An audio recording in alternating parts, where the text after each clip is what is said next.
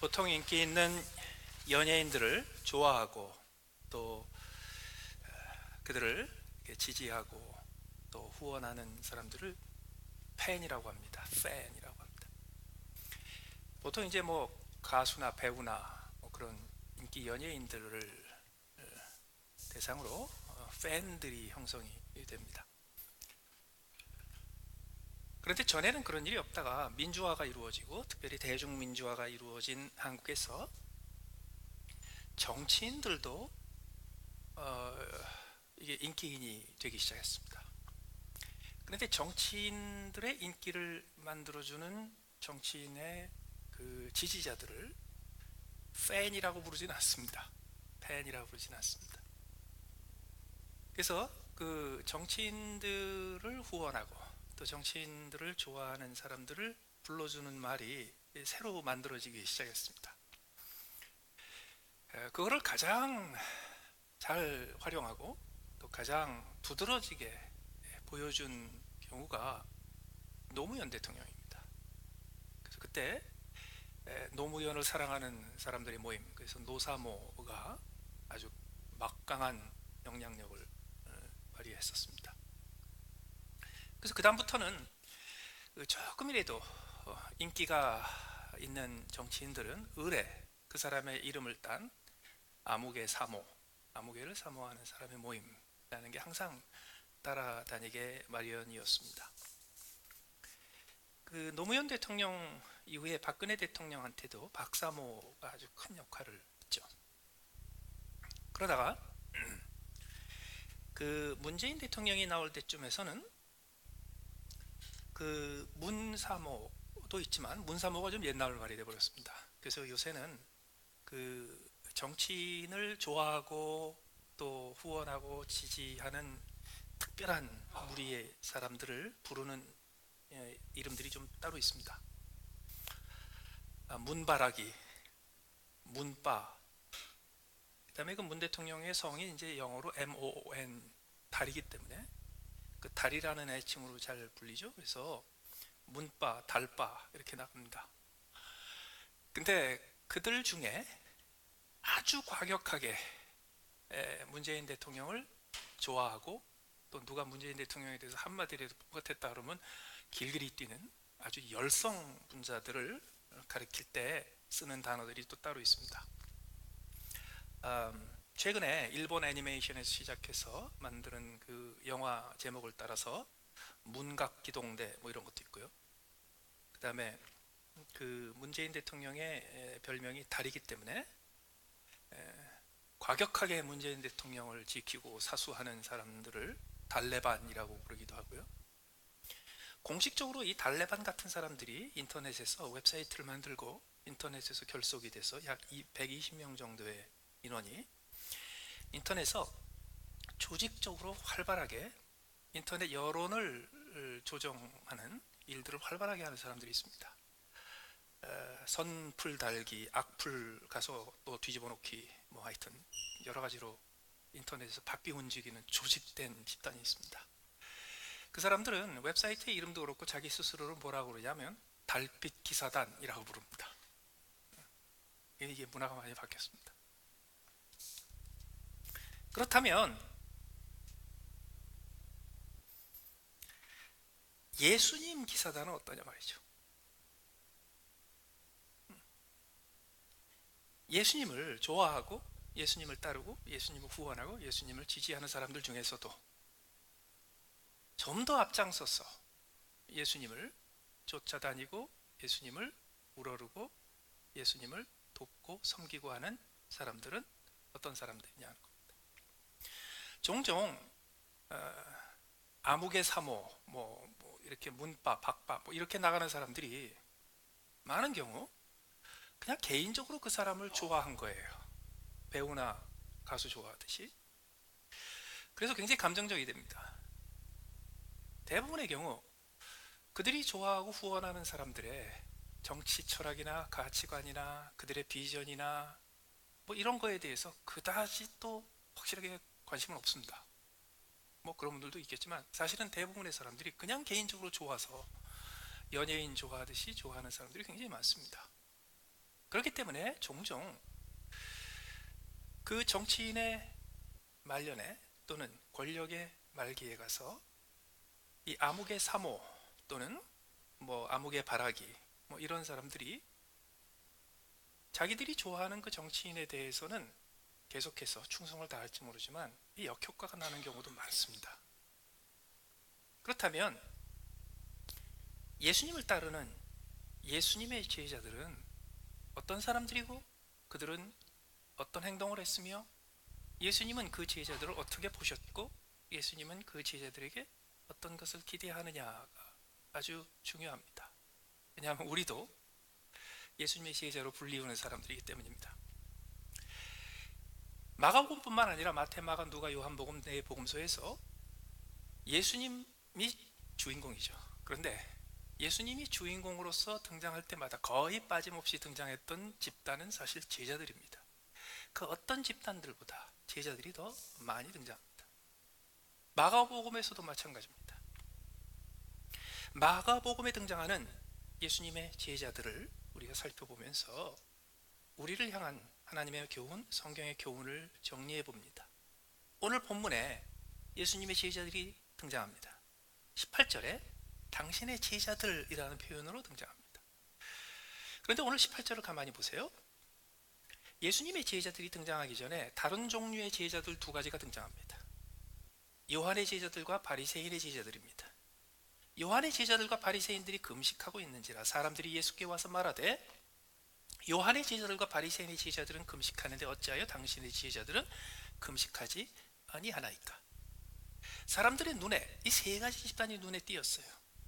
침례 요한의 제자들, 바리새인의 제자들, 그리고 예수의 제자들. 그런데 그 세 집단이 비슷한 듯한데 또 달라요. 그래서 사람들이 궁금했습니다. 뭐가 다른가? 그때 예수님께서 그 질문을 받아서 예수님의 제자들이 어떤 면에서 다른가? 어떤 면에서 독특한가? 어떤 면에서 예수님의 제자를 예수님의 제자라고 할 수 있는가를 명확하게 가르쳐 주십니다. 특별히 오늘 본문은 예수님의 제자들과 요한 바리새인의 제자들이 비교되는 상황입니다. 비교하는 것이 우리가 지식을 얻고 교훈을 얻는 데 굉장히 도움이 됩니다. 비교를 하되 무엇이 같은지 무엇이 다른지를 비교하는 것이 중요합니다. 하이웨이라는 말 있죠? 하이웨이. 한국에서는 하이웨이가 고속화도로를 뜻합니다. 근데 원래 하이웨이는 자동차 등장하기 전부터 있었던 거예요. 구약 성경에도 하이웨이 등장합니다. 근데 하이웨이는 원래 뭐냐면 동네길이 아니고 뚝 떨어져 있는 두 개의 마을을 이어주는, 그래서 중간에 새지 않는 그런 긴 길을 하이웨이라고 했습니다.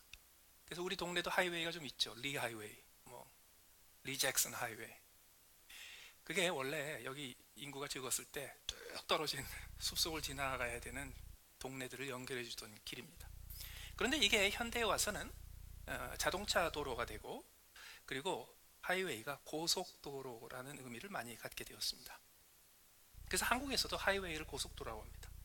근데 우리는 고속도로 그러면 빨리 달릴 수 있는 곳, 속도 제한이 굉장히 높은 곳, 종종 거기에는 최저 속도가 정해져 있어서 빨리 달려야 되는 곳, 그렇게 이해를 하죠. 그런데 그 중에 프리웨이라는 게 또 있어요. 우리가 미국에서 일상적으로 다니는 데는 프리웨이입니다. 그래서 우리는 프리웨이도 빨리 달리는 곳으로만 알고 있습니다. 그러나 조금 다릅니다. 두 가지가. 하이웨이하고 프리웨이는 많은 점에서 비슷하지만 한 가지가 달라요. 어떻게 다른가?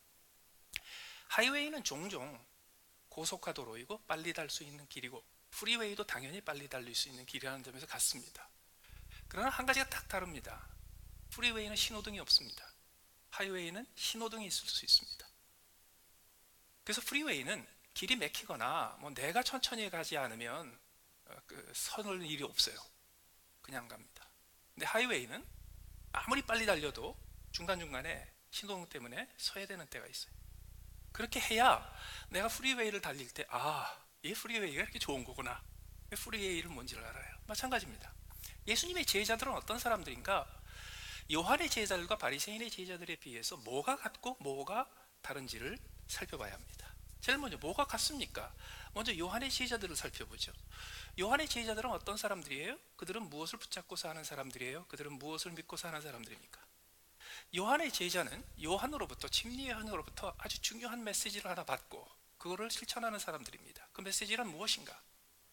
하나님의 백성으로 하나님의 백성답게 살기 위해서는 물론 율법을 지켜야 되는데, 율법을 잘 지키기가 어려우니까 율법을 제대로 지키기 위해서 꼭 해야 될 일이 있다. 뭔가 회개입니다. 회개. 뉘우치는 겁니다. 회개하고 결심하고 새롭게 시작하는 겁니다. 그래서 요한의 침례는 바로 회개하고 결심하고 새롭게 시작하는 것을 상징합니다. 그 서약하는 자리입니다. 그렇기 때문에 요한의 제자들은 끊임없이 우리가 깨끗해야 된다. 그런데 우리가 더러져 있다. 그래서 우리는 깨끗하게 씻어야 된다. 이거를 계속 가르치고 계속 반복해서 실천을 합니다. 이것도 기독교에 있습니다. 예수의 제자들에게도 이게 똑같은 게 있어요. 기독교에도 우리의 삶에도 우리가 믿는 진리에도 똑같은 게 있습니다. 우리는 깨끗해야 됩니다. 그런데 늘 더러워져 있습니다. 그래서 늘 깨끗하게 씻어야 됩니다. 늘 정결하게 씻어야 됩니다. 그리고 깨끗하게 씻은 상태에서 새롭게 시작하는 다짐을 늘 해야 합니다. 이것도 기독교에 있어요. 없는 게 아니에요. 그런데 예수의 제자들이 요한의 제자들과 다른 점이 하나 있다고요. 그게 뭔가요? 그거 살펴보기 전에 바리새인의 제자들을 먼저 살펴보죠. 그럼 다 바리새인의 제자들은 어떤 것을 믿고 행하는 사람들입니까? 그들은 하나님의 말씀, 하나님의 율법, 하나님의 계명을 철저히 지키는 게 가능하다고 믿습니다. 하나님이 계명을 주시고 율법을 주셨을 때, 그리고 그 하나님의 백성들을 선택하시고 하나님의 백성들을 모으셨을 때 하나님은 그게 가능하기 때문에 주셨다고 믿습니다. 그래서 바리새인의 제자들은 끊임없이 내 뜻과 정성과 모든 노력을 다 기울여서 하나님의 뜻대로 행하는 것을 항상 추구합니다. 그래서 온 노력을 다 기울여서, 초인적인 노력을 기울여서 하나님이 말씀하시고 명하신 것들을 실천하기 위해서 끊임없이 행동을 만들어갑니다. 그게 바리새인의 제자들의 실천입니다. 이것도 기독교에 있습니다. 예수 믿는 사람들도 우리의 뜻과 마음과 정성을 다하여 하나님을 사랑하고 하나님의 말씀을 지키고 하나님의 계명을 지키는데 온 힘을 다해야 합니다. 소홀해서는 안 됩니다. 그런데 그게 거기서 끝나서는 안 돼요. 만약에 그렇다면 예수의 제자들은 요한의 제자들과 바리새인의 제자들을 섞어놓은 것에 불과합니다. 그럼 뭐 요한의 제자들도 있고 바리새인의 제자들인데 예수의 제자들이 왜 필요합니까? 이제 차이점이 있습니다. 어떤 차이점입니까? 오늘 예수님께서 예수의 제자들을 설명하시기 위해서 낡은 옷에 생배 조각을 붙이는 것과 낡은 가죽 부대에 새 포도주를 넣는 것을 이야기하십니다. 옷 얘기를 하시죠. 가죽 부대 얘기를 하시죠. 특별히 가죽 부대, 용기입니다. 음료와 이것들을 넣는 그릇입니다. 용기입니다. 그래서 예수님께서 이런 용기를, 그릇을, 컨테이너를 예를 들어서 제자들의 삶을 설명하셨어요. 우리도 그 그릇이라는 용기를 가지고 이걸 한번 설명을 해보죠. 어떤 의미에서 어떤 그릇이 요한의 제자들이 추구하는 그릇입니까? 깨끗한 그릇입니다. 그래서 그들은 끊임없이 그릇을 닦습니다. 그릇을 닦되 그릇을 닦아놓으면요 또 먼지가 끼고 금방 또 얼룩해지고 그러거든요. 그럼 또 닦아요. 또 닦으면요 금방 또 지워져요. 근데 이게 조금이라도 더러워지면 큰일 난단 말이죠. 그래서 요한의 제자들은 끊임없이 닦습니다. 그 다음에 바리새인의 제자들은요, 그들은 끊임없이 그릇을 써먹을 수 있는 길을 찾습니다. 그들은 어떻게 해서든지 그릇을 다용도로 기능성 그릇으로 만들어서 어떻게 해서든지 쓸모있고 유용한 그릇으로 만들려고 쓸 곳을 찾고 적용할 곳을 찾고 써먹을 곳을 찾고 쓸만한 곳을 찾는데 부지런을 떱니다. 그러면 예수의 제자들도 똑같이 해야 돼요. 우리는 끊임없이 닦아야 돼요. 그리고 끊임없이 쓸모있는 것을 찾아야 합니다. 근데 그게 다가 아닙니다. 뭐가 달라요? 가장 큰 차이는 이것입니다. 요한의 제자들과 바리새인의 제자들은 공통점이 하나 있어요. 뭐가 같은가? 그들은요, 그릇이 중요하다라고 믿는 공통점이 있습니다. 그들에게 있어서는 그릇이 중요합니다. 그런데 여러분 한번 물어보세요. 그릇이 왜 중요합니까? 그릇 자체가 왜 중요합니까? 그릇이 중요해서 뭐 무슨 장식으로 씁니까? 그릇이 부중요하기 때문에 대대로 물려줄 재산입니까? 뭐 그럴 수도 있죠. 그러나 그릇이 되는 이유는, 가죽 부대가 되는 이유는, 낡은 옷이 가치가 있는 이유는 그 낡은 옷을 입는 사람이 있어서 가치 있는 것이고, 그 가죽 부대에 넣는 것이 있어서 가치 있는 것이고, 그릇에 담는 것이 있어서 가치 있는 겁니다. 그러나 요한의 제자들과 바리새인의 제자들은 끝까지, 처음부터 끝까지 그릇이 중요하다고 봅니다. 그러나 예수의 제자들은 어떤 사람들이에요? 예수의 제자들은요, 그릇이 중요하지가 않습니다. 그릇이 하나도 중요하지 않습니다. 만약에 그릇이 조금이라도 중요한 이유가 있다면 그것은 그 그릇에 담긴 것 때문에 그 그릇이 중요합니다. 이게 근본적으로 달라요. 그렇다면 예수의 제자들은 그 그릇을 어떻게 다뤄야 합니까? 우리의 존재, 우리의 삶, 우리의 생명, 우리의 이 모든 것들을 그릇이라면 이 그릇을 어떻게 다뤄야 돼요? 예수님께서 이 그릇과 옷에 대해서 설명하시기 전에 갑자기 제자들이 금식하는 문제를 가지고 얘기하다가, 오늘 금식 문제가 왜 이렇게 연결이 되냐면요, 요한의 제자들은 금식도 했고 바리새인의 제자들도 금식을 했어요. 똑같이 했어요. 그게 또 두 사람이, 두 집단이 똑같이 하는 거예요. 그런데 금식의 의미가 달라요. 요한의 제자들은 왜 금식했나? 씻으려고. 금식을 하면 정결하게 되니까, 금식을 하면 거룩하게 되니까, 그래서 금식을 하면 우리의 영혼이 깨끗해지니까, 그것도 우리가 해야 돼요. 근데 그게 다가 아니란 말이죠. 또 바리새인의 제자들이 왜 금식을 했나요? 금식을 하는 게 유익하니까, 금식을 하는 게 좋은 행동이니까, 금식을 하는 게 하나님의 법을 지키는 행위니까. 그런데 예수님께서는 그것을 대조하시면서 느닷없이 금식과 연결지어서 혼인집에 신랑과 함께 있을 때 금식 못한다. 그런데 신랑이 떠나 있고 신랑을 빼앗길 날이 있으리니 그날 금식할 거다. 여러분, 여기 혼인집에 신랑이 있다가 신랑 뺏기는 게 맨날 벌어지는 일 아닙니다. 예수님께서 느닷없이 왜 이렇게 이상한 예를 들었는가? 이 예수의 제자란 누구냐라는 질문은 예수님이 십자가에 달려 죽으시는 죽으심과 직결되어 있기 때문입니다. 우리가 예수의 제자라는 것을 확인할 수 있는, 그리고 우리가 예수의 제자이기 때문에 무엇이 요한의 제자들과 바리새인의 제자들과 우리를 다르게 만들어주는가? 십자가에서 시작합니다. 다시 말해서 예수 그리스도의 십자가의 사건을 통해서 이루신 일, 우리의 죄를 대신 갚으시고, 누구든지 예수 그리스도를 믿고 십자가의 은혜를 믿고 회개하고 돌아오는 자에게 하나님께서 베푸시는 구원의 은혜가 직결되어 있기 때문입니다. 어떤 의미에서 그렇습니까?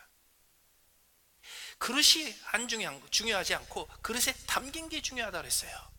예수님께서 우리에게 십자가를 통해서 무엇을 담아주시려고 하십니까? 여러 가지를 얘기할 수 있지만은요, 오늘 본문에 나오는 이 새 포도주가 도대체 뭘 의미하는가? 지난 2000년 동안에 수도 없이 많은 해석이 있었습니다. 다 좋은 겁니다. 근데 그거를 한마디로 요약하면 은혜라고 요약할 수 있습니다. 제일 먼저 가장 큰 은혜가 있습니다. 요한의 제자들처럼 뉘우치고 결심하고 내가 이제 다시 시작하고 싶어요 라고 하나님 앞에 돌아옵니다. 그리고 이제는 내가 하나님의 말씀대로 하나님께 순종해서 내가 새롭게 순종하는 삶을 살고 싶어요 하면서 바리새인의 제자의 결심을 하고 하나님 앞에 봅니다. 그럴 때 하나님께서 먼저 구원의 은혜를 베풀어 주십니다. 이것이 왜 구원의 은혜입니까? 우리가 할 수 없기 때문이에요. 우리가 무엇을 할 수 없어요? 우리 스스로를 변화시킬 수 없기 때문입니다. 그렇기 때문에 내가 예수 그리스도를 나의 구주와 주님으로 모시고 십자가에 죽으신 것이 바로 나를 위해서 죽으신 거라는 것을 믿는 순간, 하나님께서는 나라는 그릇을 완전히 새 것으로 바꾸어 주십니다. 누구든지 그리스도 안에 있으면 새로운 피조물이라 이전 것은 지나갔으니 보라 새 것이 되었도다. 이게 차이예요. 요한의 제자들과 바리새인의 제자들은 끊임없이 나라는 그릇을 소중히 여겨가지고요, 그거를 잃어버리지 않으면서 그거를 열심히 닦고 그것을 열심히 쓸모있게 만드는 데 집중하고 있어요. 그러나 예수의 제자들은 전혀 달라요. 어떻게 달라요? 예수님께서 우리를 딱 보시면서, 나라는 그릇을 딱 보시면서 예수님께서 뭐라고 그러신지 아세요? 이거 더럽네? 맞아요. 이게 별로 쓸모가 없네? 그것도 맞아요. 그러면 어떻게 할까요? 버려. 고칠 수가 없어요. 닦아도 절대로 깨끗하게 만질 수가 없어요. 그래서 내가 예수 그리스도를 나의 구주와 주님으로 모시는 그 순간, 하나님께서 우리에게 은혜의 구원을 허락하시는 그 순간, 하나님은 나라는 인생의 그릇을 새 것으로 바꿔주십니다. 오늘 본문에서 생배 조각을 낡은 옷에 붙이는 자가 없다 그랬어요. 만일 그렇게 하면 기운 새 것이 낡은 그것을 당기어 헤어짐이 더하게 됐습니다. 생배 조각을 얻었는데 그것을 낡은 옷 구멍 난 것을 떼우는데 잘라서 쓰겠어요? 그런 정신 나간 사람이 어디 있겠습니까? 생배를 얻었으면 그거 가지고 뭘 하겠어요? 새 옷을 짓지. 오늘 본문에 낡은 가죽 부대와 새 가죽 부대가 나오죠. 제자들은 낡은 가죽 부대가 아니라 새 가죽 부대라는 겁니다. 내가 예수 그리스도를 나의 구주와 주님으로 모시는 순간, 그분께서 내게 들어오시고 성령께서 내게 들어오셔서 가장 먼저 이루시는 일이 뭐냐면요, 나를 새 가죽 부대로 바꿔주시는 겁니다. 나를 이제는 새 옷으로 바꿔주시는 거예요. 더 나아가서 그렇게 바꿔주신 그 가죽 부대 안에 하나님께서, 예수님께서 새 포도주를 넣어주십니다.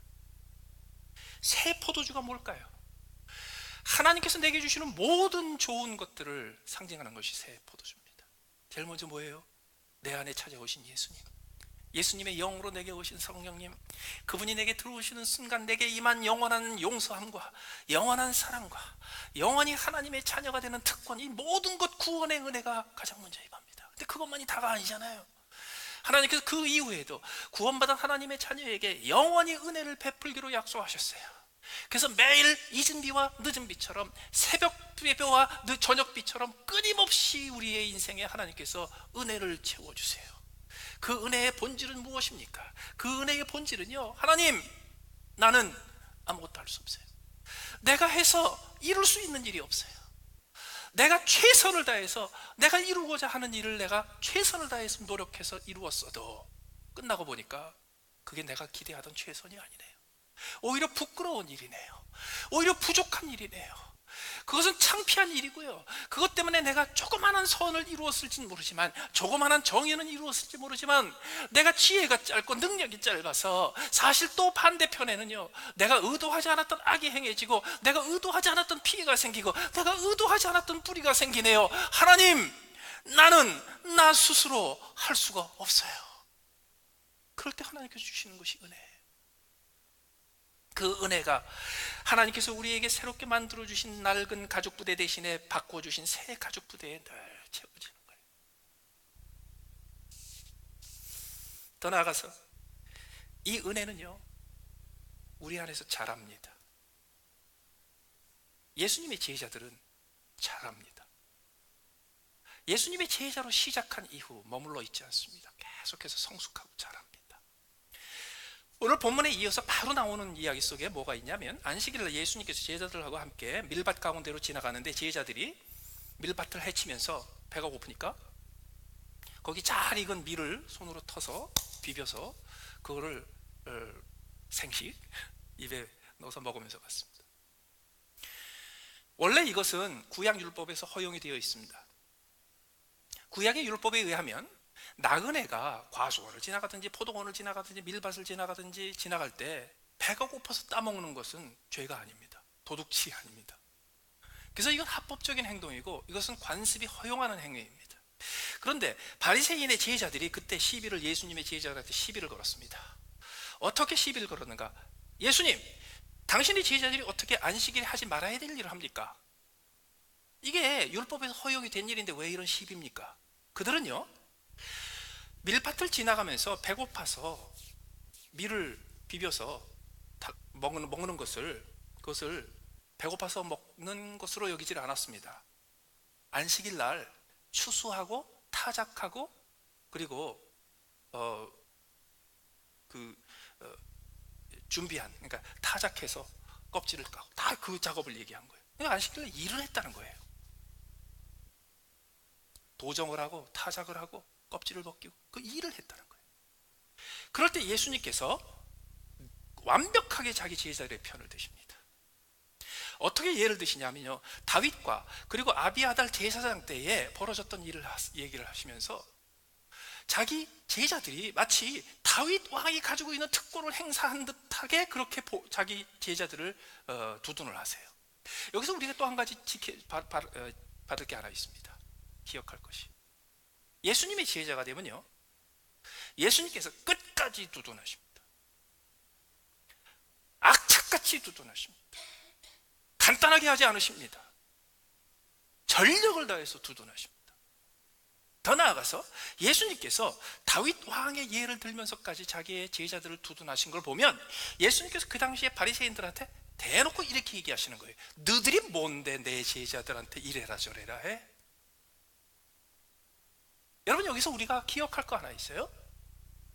예수님의 제자들을 판단하고 비난하고 정죄할 사람은 이 세상에 아무도 없습니다. 오직 예수님만이 하십니다. 그렇기 때문에 내가 예수님의 제자로서 또 다른 제자를 판단하지 마십시오. 예수님께서 절대로 가만히 안 계십니다. 예수님께서 두둔하시고 지키십니다. 그럴 때 제자들이 얼마나 기분이 좋았을까요? 거봐, 맞아, 저것들이 말이야 율법에 다 정해져 있는 법대로 우리가 한 건데, 그게 괜찮다고 해서 허용이 돼서 한 건데, 저것들이 그냥 쓸데없이 고집 부리고 저러고 있지. 에? 이렇게 이상하게 그냥 법을 틀어가지고서 아무것도 아닌 거 가지고서 그냥 나쁜 거 죄라고 만들고 말이지. 저것들은 상식에도 어긋나고 법의 정신에도 어긋나고 법을 적용하는 줄도 모르고, 그리고 어떻게 해서든지 꼬투리를 잡아서 우리 같은 사람 애먹이려고 하는 전문가들이야. 저 사람들 못된 사람들이야. 얼마나 기분이 좋았을까요? 자, 그런데 제자들이 이때로부터 30년이 지나서 복음을 전하기 위해서 여기저기를 다니다가 배가 고팠는데요, 그날 밀밭을 지나가면서 밀밭에 이렇게 밀이 잘 익은 것을 이렇게 보고 따먹었을까요? 안 따먹었을까요? 나는 안 먹었을 것 같아요. 30년 후에, 10년 후, 20년, 30년. 왜 안 먹었을까요? 그때 그 장면을 기억했을 거예요. 그러나 10년, 20년, 30년 지나서 그들은 성숙했을 거예요. 그러면서 그들은 이렇게 생각했어요. 그때, 맞아, 그때 우리가, 예수님이 우리를 두둔해 주시고 우리를 보호해 주시고 우리를 변호해 주셨지. 왜 그래? 걔네들이 틀리고 우리가 맞았던 거야. 우리가 잘못한 게 없었던 거야. 우리는 정당한 일을 했었던 거야. 우리는 정당한 일을 했었기 때문에 아무런 문제될 게 없었던 거야. 그걸 시비 건 걔네들이 잘못이지. 그러면 그것을 10년, 20년, 30년 동안 계속해도 좋은 겁니까? 아니에요.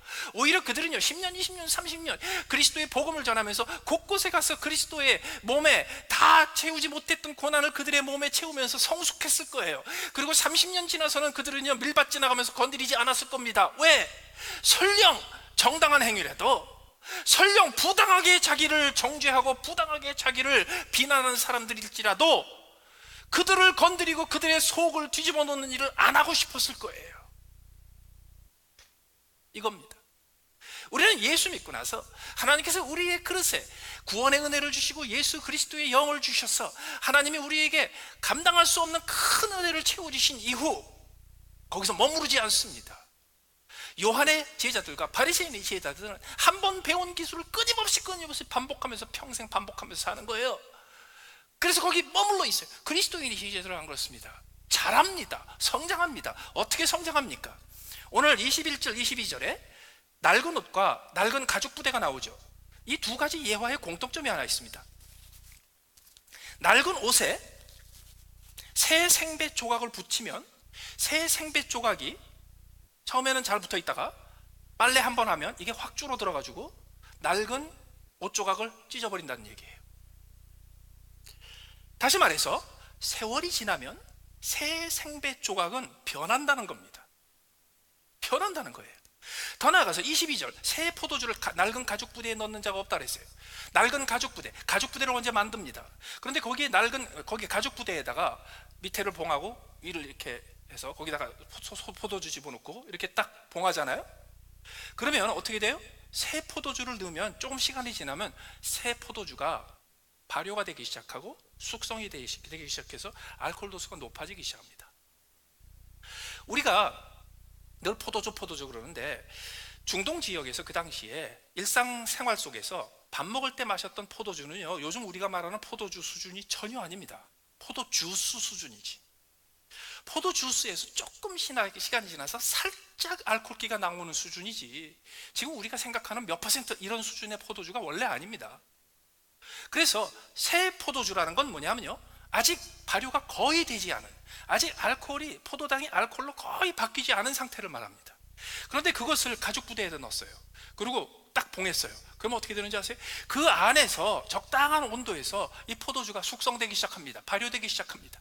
그래서 그 안에서 알코올 도수가 점점 높아지기 시작하고, 그 안에 있었던 그 가죽의 냄새, 그 안에 있었던 포도의 향, 이 모든 것들이 숙성되기 시작해서 더 맛있어지기 시작합니다. 그럴 때 반드시 탄산가스가 나옵니다. 탄산가스가 나오게 되면 불어요. 그래서 터져요. 다시 말해서 오늘 본문에 등장하는 예화에서 예수님께서 언급하셨던 생배 조각과 새 포도주는 시간이 지나면 변하게 되어 있습니다. 그리고 시간이 지나면 어떻게 변화돼요? 시간이 지나면 숙성하게 되어 있고, 시간이 지나서 낡아지면 낡아질수록 오히려 더 맛있게 되고 몸에 더 잘 맞게 됩니다. 가죽으로 구두를 만들었습니다. 디자인이 괜찮습니다. 내 발에 딱 맞게 커스텀 디자인을 해서 딱 맞게 맞춤 구두를 신었습니다. 너무너무 멋있고 너무너무 발에 잘 맞습니다. 아무리 발에 잘 맞아도 새로 만든 가죽 구두는요, 신고 다니면 좀 불편합니다. 아직 낡지를 않았기 때문에. 그러나 한참을 지나고 나면 어떻게 돼요? 그 다음부터는요, 디자인도 좋고 내 발에 딱 맞고 사이즈도 딱 맞고 다 맞을 뿐만 아니라 이제는 그 가죽들이 낡아서 내 몸에 딱 맞아요. 내 피부 같아요. 내 살 같아요. 그게 변화의 내용이에요. 다시 말해서 예수님의 제자들은 예수님께서 새롭게 밖으로 바꾸어 주신 그 새 창조로서 낡은 가죽 부대 대신에 하나님께서 새 가죽 부대로 우리를 지어 주시고, 그리고 이제는 낡은 옷이 아니라 하나님께서 우리에게 새로운 옷을 지어주듯이 우리의 인생을 새로운 피조물로 바꾸어 주셨어요. 거기에 하나님께서 뭘 하세요? 은혜를 베풀어 주세요. 그 새 가죽 부대에 은혜의 포도주를 담아주시고, 새 그릇에다가 하나님께서 보배를 담아주시고, 그리고 새로 만든 그 옷에 어울리는, 예수님이 그 옷을 입겠다고 하셔서 그 옷을 입을 수 있는 주인공을 우리에게 보내주세요. 그런데 거기서 그치지 않아요. 시간이 가면 갈수록 새로 받은 옷도 낡아지고, 그리고 새로 만들어서 받은 새 가죽 부대도 낡아지고, 내 인생에 하나님께서 새로 만들어 주신 그 그릇도 조금씩 낡아지기 시작합니다. 그런데 낡아지는 게 나쁜 게 아닙니다. 여러분, 인간을 유혹하는, 사탄이 사용하는 가장 강력한 유혹 중에 하나가 뭐냐면 새 겁니다. 새 거. 우리는 새 거에 굉장히 쉽게 유혹을 당합니다. 그래서 낡은 것은 본능적으로 싫어하는 경향이 있어요. 그러나 오늘 본문에서 하나님께서 우리에게 새 그릇으로 우리의 인생을 바꿔주시고, 새 가죽 부대로 우리의 인생을 바꿔주시고, 그리고 새 옷으로 우리의 인생을 바꿔주셨을 때에 그 시간이 지나면 그 새 것이 그대로 남아있냐고요? 아니요, 낡아가요. 그런데 낡아가는 게 좋은 거예요. 낡아가야지 그것이 우리에게 딱 맞는 게 돼버려요. 그리고 그 낡아가면서 그 안에 어떤 변화가 생겨요? 그 안에서 포도주는 더 맛있는 포도주가 되고, 더 향기로운 것이 되고, 더 귀하고 더 값진 것으로 변화되기 시작해요. 그렇습니다. 우리가 하나님의 자녀가 되는 순간 하나님께서 나를 새 피조물로 만들어 주시고, 내 안에 첫 번째 큰 은혜, 구원의 은혜를 주시고 성령이라는 선물을 주셔서 내 안에 은혜를 가득 채워 주십니다. 그 다음에 어떻게 하냐고요? 그 은혜를 숙성시켜야 합니다. 그 은혜가 더 귀하게 만들어야 합니다. 그 은혜가 더 값지게 만들어야 합니다. 어떻게 해요? 하나님께서는요, 우리가 은혜 안에서 자라가라고 그러셨어요. 하나님께서 은혜 위에 은혜를 더한다고 그러셨어요. 다시 말해서 시간이 지나면 지날수록 우리의 인생이 조금씩 낡아지면 낡아질수록, 그 인생이 낡아지는 그거 별로 안 중요합니다. 낡아지면 낡아질수록요, 오히려 그 안에 하나님께서 더 큰 은혜를 베푸시고 그 안에 있는 은혜가 더 값지는 귀한 결과가 생기게 됩니다. 어떻게 해요? 하나님께서 우리에게 더 은혜를 베푸세요. 어떻게? 예수 그리스도라는 은혜를 주시고 구원이라는 은혜를 주실 뿐만 아니라 영원히 하나님의 자녀가 됐기 때문에 우리가 매일매일 하나님이 주시는 은혜를 누리잖아요. 그것이 한없이 더 더해져요. 어떻게 하면 그게 더해져요? 내 안에 있는 은혜가 더 값진 것이 되면 돼요. 어떻게 내 안에 있는 은혜가 더 값진 것이 돼요? 내가 값지다 그러면 값진 거예요. 다시 말해서 내가 하나님이 주신 내 은혜, 내 인생에 담겨있는 은혜 하나하나를 헤아리면서 이게 이렇게 귀한 건데, 이렇게 값진 건데, 이렇게 존귀한 건데, 이렇게 아름다운 건데 하면서 감격할 때마다 그 은혜는 더 존귀해지고 더 값진 것이 돼요. 더 맛있는 것이 돼요. 어떻게 그게 가능하냐고요? 헤아리세요. 하나님께서 우리에게 주신 은혜가 좋게요. 우리는요, 맨날 요한의 제자처럼요, 내가 오늘 이렇게 사는 게 과거에 이것 때문이야, 그렇게 살면 안 돼요. 바리새인의 제자들처럼요, 우리가 더 나은 삶을 살 수 있는 것은 내가 더 열심히 노력해서 힘들어서 이룰 수 있는 미래에 달려있어. 그것도 아니에요. 우리가 행복해지는 이것은 어디서부터 시작하는지 아세요? 하나님이 내게 주신 은혜가 족하다에서부터 시작합니다. 그렇게 되면 어떻게 됩니까? 은혜가 족하기 때문에요, 그 다음부터 항상 감사할 것밖에 없어요. 그 다음부터 항상 기뻐할 것밖에 없어요. 그 다음부터 항상 노래할 것밖에 없어요. 왜? 은혜가 이미 족한데. 그런데 그 은혜를 한도 끝도 없이 주시는 하나님께서요, 그 은혜가 족한 줄 알고 그 은혜가 하루하루 날로 더 귀한 것을 알아서 그 은혜에 감사하고 감사하는 사람한테 은혜를 더 베풀지 않으시겠어요? 더 나아가서 가족부대에 새 포도주 담가가지고 천년 만년 그냥 보관해둬요? 어딘가 부어야 될 거 아니에요? 누군가에게 대접을 해야 될 거 아니에요? 다시 말해서 은혜, 내게 있는 가장 소중한 은혜를 더 소중하게 만드는 것이 뭐냐면요, 나눠주는 거예요. 나눠주는 거예요. 내가 은혜를 베푸는 거예요. 하나님이 나를 은혜로 대하셨기 때문에 나도 사람들을 은혜로 대하리라. 하나님이 나를 은혜로 대하셨다는 뜻이 뭐예요? 원래 그걸 받을 만한 자격이 전혀 없는데, 사실 따지고 보면 은혜를 받는 게 아니라 된통 혼을 내도 시원찮은데 하나님께서 내게 자격 없이 베푸시는 호의를 베푸셨잖아요.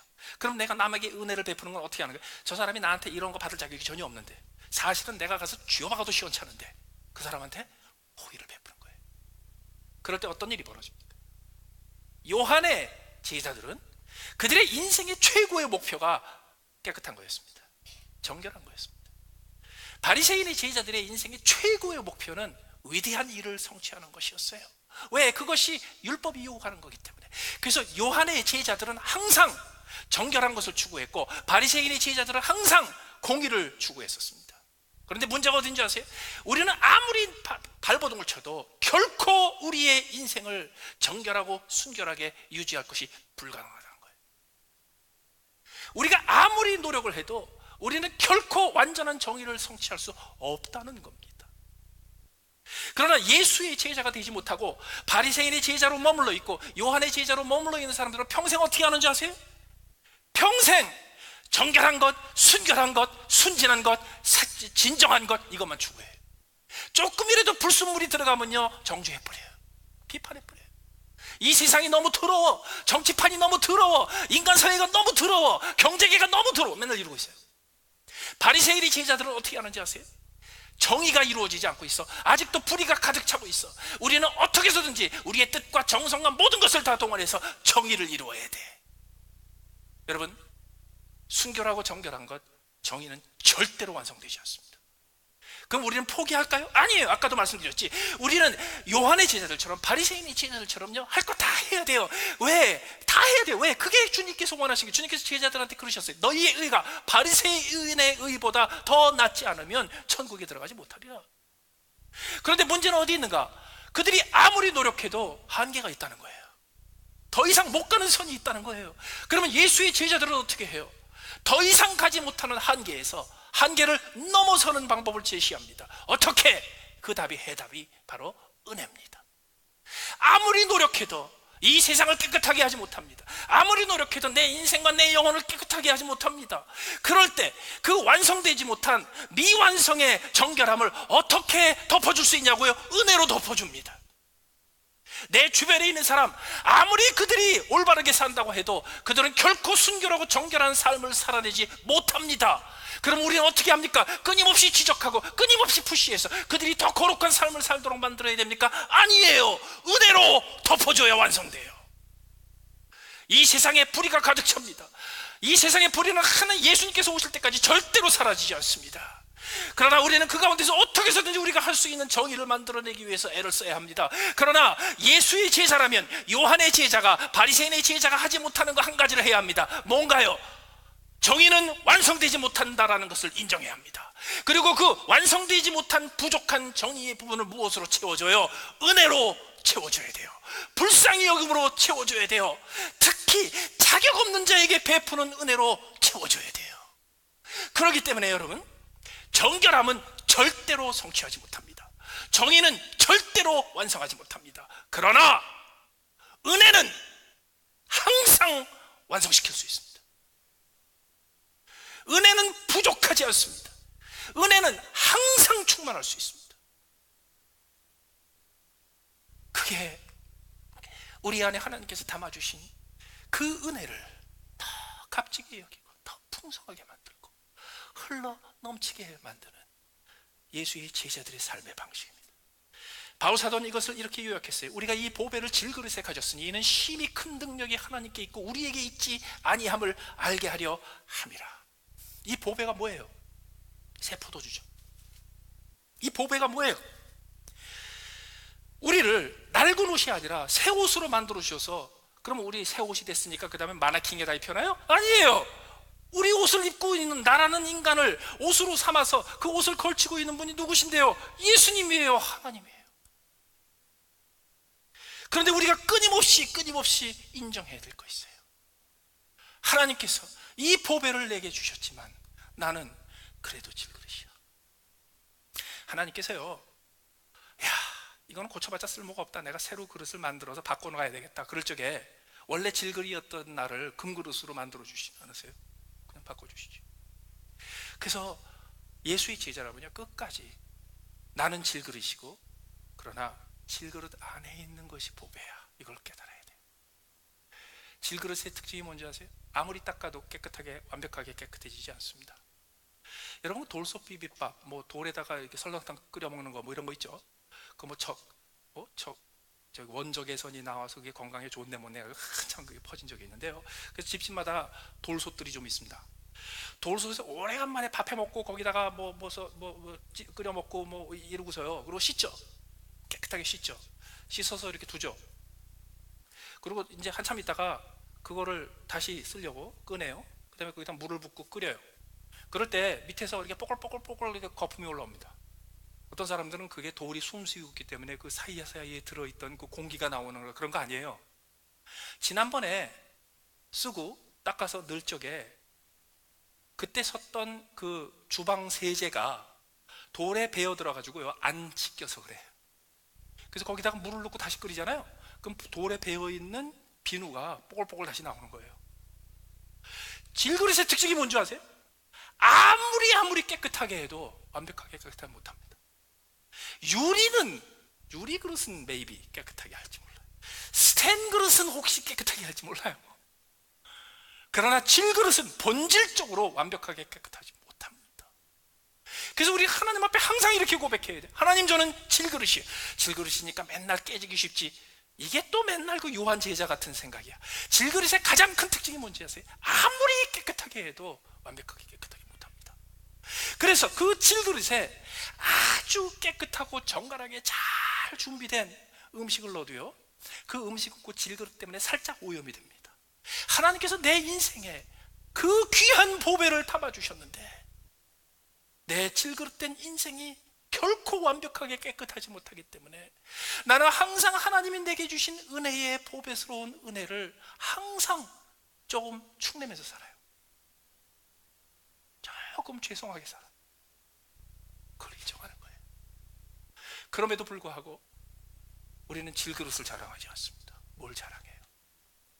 내 안에 담아주신 새 포도주를 자랑합니다. 나를 새 옷으로 만들어서 그것을 입고 계시는 그 주님을 자랑합니다. 그걸 자랑하다 보면 어떻게 되는지 아세요? 가죽 구두가 세월이 지나서 낡아지면은요, 내 피부처럼 내 발에 탁 붙는 것처럼요, 나중에는 나는 질그릇이고 내 안에 보배를 가졌기에 나는 은혜를 더 키우며 은혜를 베풀며 살아가야 된다라는 거요, 생각하지 않고도 됩니다. 체질화됩니다. 체질. 그럴 때까지 우리가 늘 되뇌어야 될 것이 이거예요. 우리가 이 보배를 질그릇에 가졌습니다. 하나님이 그렇게 하신 이유는 심히 큰 능력이 나에게 있지 않고 하나님에게 있음을 알게 하려 함입니다. 나는 질그릇이고 내게 보배가 담겨 있어요. 그게 예수의 제자들을 구별지어주는 특징입니다. 그럴 때마다 나는 능력이 없고 능력은 하나님께 있어요. 그것을 고백하게 돼요. 그것이 우리에게 은혜를 베푸신 하나님의 은혜를 더 귀하게 만들고 자랑하고 은혜를 베풀 수 있는 지름길이에요. 다 같이 한번 기도하시겠습니다.